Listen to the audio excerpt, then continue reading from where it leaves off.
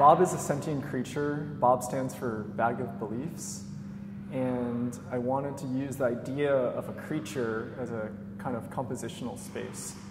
The way that a painter has a canvas as their compositional space, or a filmmaker has sets, cameras, special effects, actors as their compositional space, I really wanted to use the idea of a creature to hold and contain ideas about metabolism, life cycle, of course AI, and long-term growth. But also, in the way that a painter might tell you to mind the edges, I now have to mind the edges of a creature, which are how it's born and how it dies, how it decomposes, the conditions under which a new Bob emerges. And all these concerns I felt that I could contain within the idea of a creature. So when the viewer uses the iPhone, they possess a part of Bob's body, and they see the part of that body it's possessing, often a kind of sub-agent, a little face. The analogy is that when you Skype with a family member like your mom, you see on the screen not a representation of your mom. Of course, it's an image, but you never feel that it's a representation. You just feel it's a kind of interface to your actual mom who's on the other side of the world. And I very much wanted to create that feeling through the user interaction in this exhibition.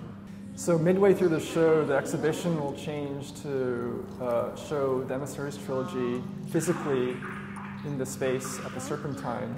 The Emissaries trilogy is a trilogy of simulations about cognitive evolution, and the main feature of Emissaries is that it contains an ecosystem filled with many very basic AIs, characters who react to their environment and changes in the environment, except for one character who I call the emissary, who instead of reacting to the environment has a set of narrative goals and very doggedly tries to follow those goals, almost like the way in which you wake up in the morning and you plan a day and you try to stick to the plan. The central conflict in Emissaries is this narrative agent, the emissary, trying to enact its plans on very vast changes occurring amongst other characters in the environment and the environment itself.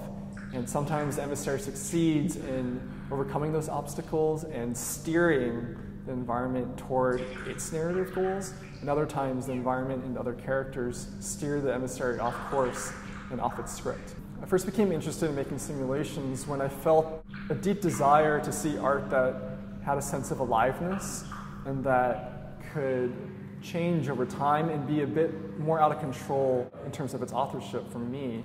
More and more, I've come to feel that I want to make art with a nervous system.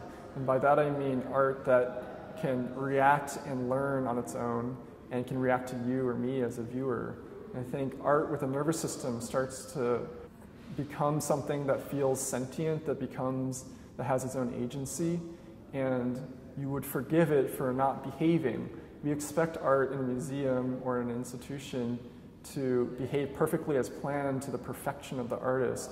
And I'm trying to both adapt myself as personally and my work to be more pliable or adaptable to change. And I figured by trying to make an artwork that can change and hopefully change on its own, that you would have a relationship to it the way that you have a relationship to a pet or to a cousin or to any other living creature. Using artificial intelligence in these artworks, for me, presents an opportunity to think about different models of the mind.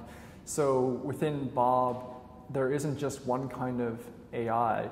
In fact, there are several competing models of AI. There's one aspect that deals with its memory and emotional intelligence. There's another aspect that deals with its capacity to engage with threats or friends.